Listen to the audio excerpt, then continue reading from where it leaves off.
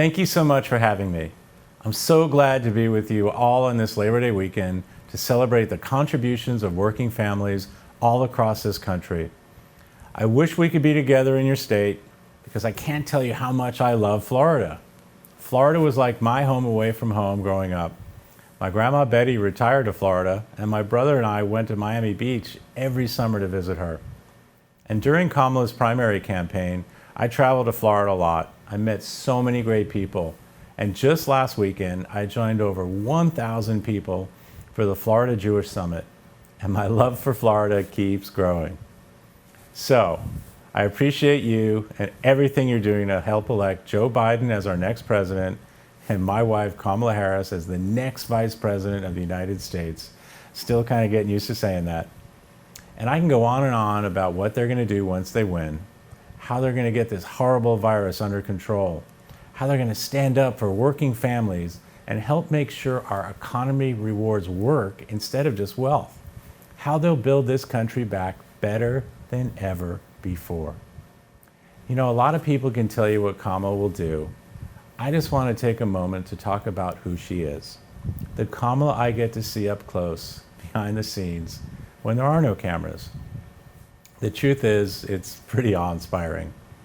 What motivates her, what has always motivated her, isn't some fancy title or seeing herself on TV. It's the work. It's the people she meets. It's the working mothers and fathers who come up to her all the time, worried they won't be able to pay their bills, worried they won't be able to send their kids to college or retire with dignity, worried they won't be able to offer their families the better life they'd always hoped to provide.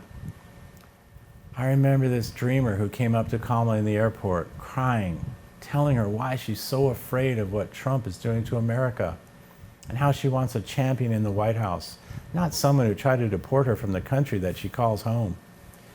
I remember another young woman who came up to us in a coffee shop, also in tears, to thank Kamala for trying to keep Brett Kavanaugh from a lifetime appointment to the Supreme Court, and for standing up for Dr. Ford and women all over the country. Kamala is a true public servant. She's a lot like Joe in that way. And that's the Kamala I know, the daughter of immigrants who came to this country from opposite sides of the world. Her father from Jamaica, her mother from India. They met as students at Berkeley while marching in the civil rights movement. Kamala's late mother, Shamala, used to tell her, "Don't just sit around and complain about things. Do something." So Kamala did do something. She decided to devote her life to public service, to fighting for justice, to fighting for truth on behalf of the only client she's ever had, you, the people. And that's who she and Joe will fight for every day in the White House. Now, holidays like this one, Labor Day, remind us why it's so important to have leaders who aren't in it for themselves, but for the people they represent. Because President Trump's failure to step up to this moment is the reason more workers are unemployed during this Labor Day than any in recent memory. And the pain so many Americans are feeling now comes on the heels of years of anti-labor policies from this administration. They have undercut our right to safe working conditions, failed to raise the minimum wage, and tried to rip health care away from those who need it most. They're in court right now still trying to do that. Labor Day is about rejecting that approach, where you put tax breaks for the richest Americans and biggest corporations ahead of our workers. And instead of coming together to support unions, which so many working families in our country rely on, they continue to fight for a better future for working families across this country. And that's what this election is all about. It's really no exaggeration to say that everything we care about is on the line in November. Our economy, our health, what kind of country we want to live in, what kind of country we want our kids to grow up in. This is the ball game, folks. I believe we can win this, and I know we must win this, which means we have to win your state. I don't have to tell you all how important Florida is. And the work you are doing will help make the difference in this election.